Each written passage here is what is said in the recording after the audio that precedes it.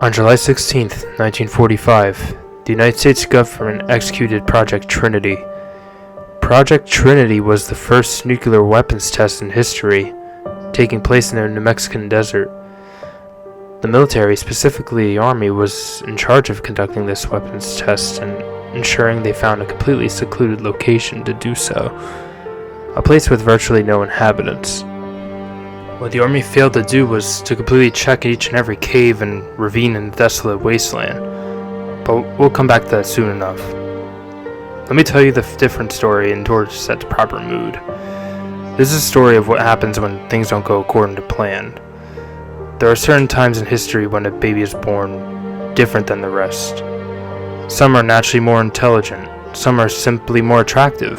Some, however, have differences that are not appealing. Extra fingers or toes, for example. The lack of an eye, a hunchback.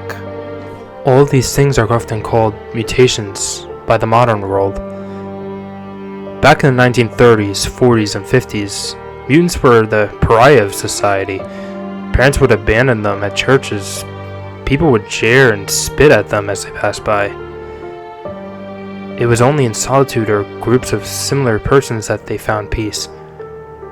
Communes began springing up in certain parts of the country, all secluded parts of the country, such as deserts, underground caves, or small islands of the coast. These were the refuge for the outcasts of society. That all changed in 1945. Project Trinity was the starting point for a couple of significant things. Obviously, it was a trigger for the end of World War II and the massive arms race against the Soviet Union during the Cold War. Also, it was the beginning of a massive genocide you may otherwise have never known about. Near the blast side of the Trinity was the community of nearly 45 mutants.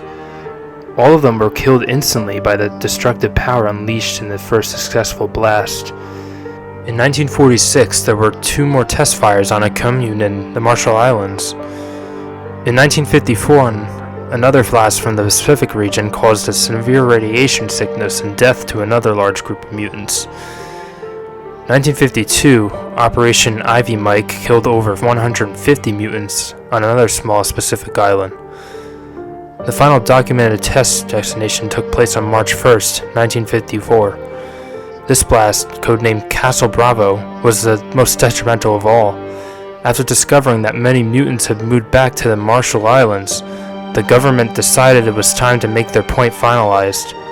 They detonated a 15-megaton bomb in a shallow water just off the island's shore. Radioactive water vapor and bits of metal entered the atmosphere around the island and fell back onto its shores. The death toll was nearly 220 mutants.